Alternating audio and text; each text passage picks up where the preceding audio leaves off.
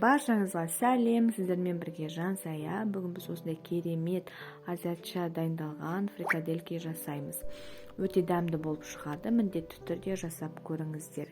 Ең алдымен оны жасау үшін біз фаршымызға бір жұмыртқамызды, панировочный сухари дейді, соны қосып, және де соя тұздығын, соусын, сонымен қатар чеснок және туралған пиязымызды, көк пиязымызды қосып, және де кептірілген имбир, қара бұрыш және де қызыл бұрыш, не болмаса чили бұрышын қоссаңыздар болады.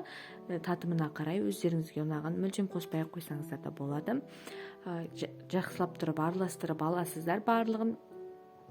Кейін барлығын жақсылап араластырып алғаннан кейін кішкене бөліктерін ала отырып, осындай дөңгелекше етіп жасап аласыздар, яғни фрикаделькиді жасап аласыздар.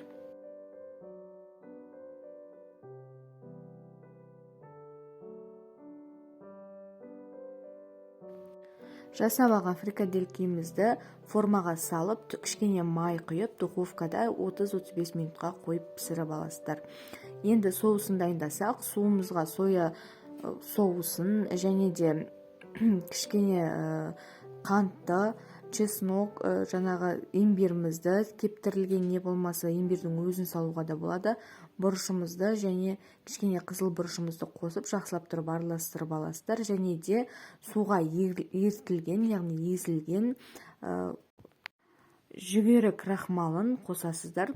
Кейін қайнағанша кішкене қойасыздар, қайнай бастағанда қоюланады, оған фрикаделькиларымызды салып, жақсылап тұрып араластырасыздар да 5-7 минут пісіріп аласыздар.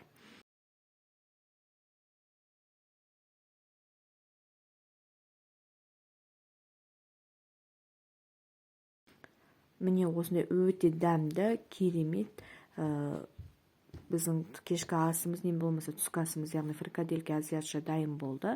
Оны күрішпен беруге болады, өте дәмді болып шығады. Және де сәбіз салатын да жасап салсаңыздар болады, керемет болып шығады, міндетті түрде.